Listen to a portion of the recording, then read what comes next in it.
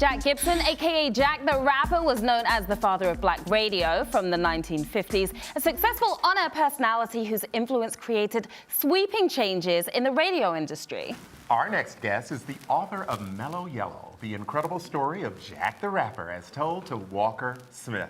Walker Smith, hello. Welcome to the show. Thank you. It's very nice to be here. Thank you. Thank you for having me. Now, there are a lot of people out there who don't know, they aren't familiar with Jack the Rapper. Tell us why you decided to write this book with him. I wrote this book when he was still alive with him. We spent about 2 years off and on working on this book. Yeah. I was already a novelist, and he knew that. Someone recommended me to him, Eddie Pugh, actually, and who was in the business. And he, the reason that I went ahead and did it, even though I was a novelist, was because he lived through so much history. Yeah. And he lived through a lot of the history I was talking about. Because my first book was The Color Line, set in the Harlem Renaissance.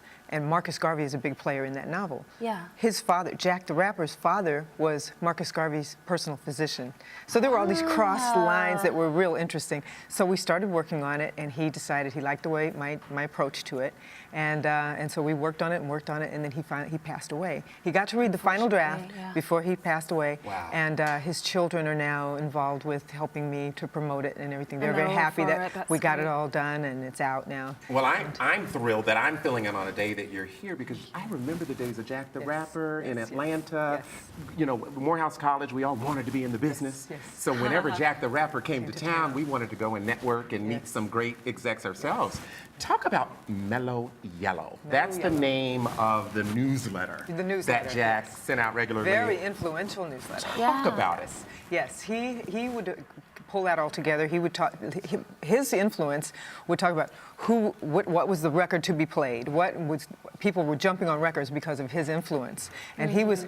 And then when he had the family affair, the big convention, that was the thing to go to. Everybody. I mean, I'm talking about the top-notch names. Everybody wanted to come and be seen at this convention.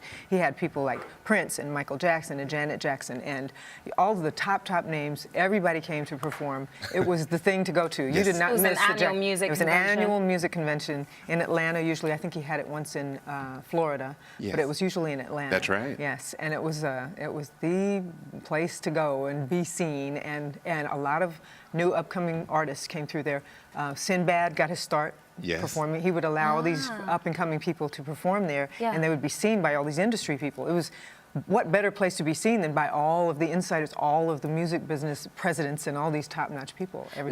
Was this the same convention that's called Jack the Rapper? Because I've heard about it from industry friends. It's the same convention it's called Jack the Rapper. There was an issue about some people trying to use that name and start a new one, and that was the family had a lawsuit going or something. That was a couple years ago, but I think they managed to squash that. And anything you hear from the future that's going to be Jack the Rapper, if they do revive the convention, it's a big undertaking. And it'll be from the estate. It would be from the family. It would be from the family.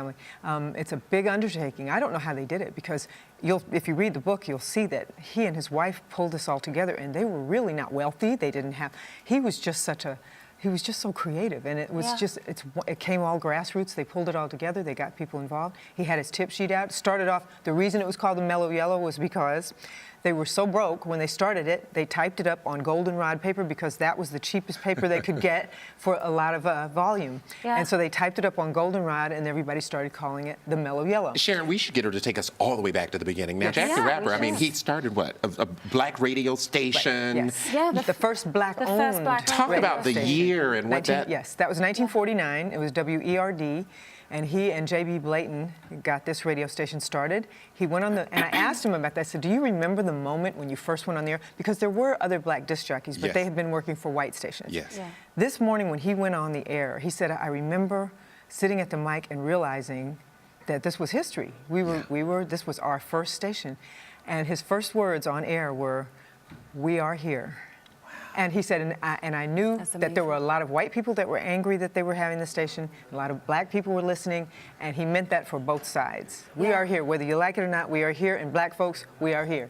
And so those were great words. I thought that was one of the ways in which he was here was for black artists. James Brown gives Jack the Rapper all that credit for helping him out in those days. He gave him second billing only to God. He's helped so many artists, hasn't he? Including hip hop artists as well. He Talk to us about when the convention, when the rap element was starting to begin, Some of the people who were helping him and working with him on the convention wanted them to stick with music, so-called R&B music, and Jack fought for the rappers to be able to come and believed be a in part. hip-hop. Yes, he said this is just the way music is going, and he fought for that. So that was in the 80s, wasn't it? that was in the 80s. Yes. And you talk fight. We talk the fight for black artists.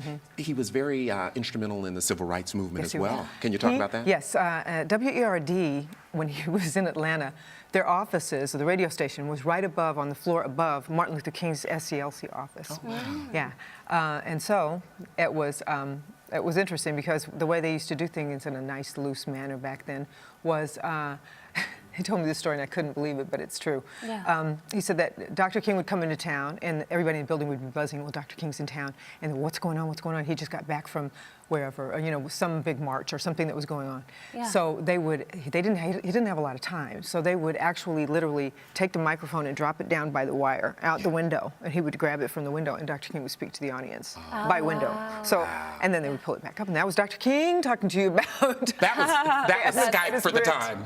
They were Skyping at the time. That was high tech. Incredible. That was high tech. So he had a really incredible life, and you're bringing that to the attention of audiences. So that's a wonderful thing. And where can we find the book? The book is available on www.walkersmithbooks.com, also on Amazon, Barnes & Noble.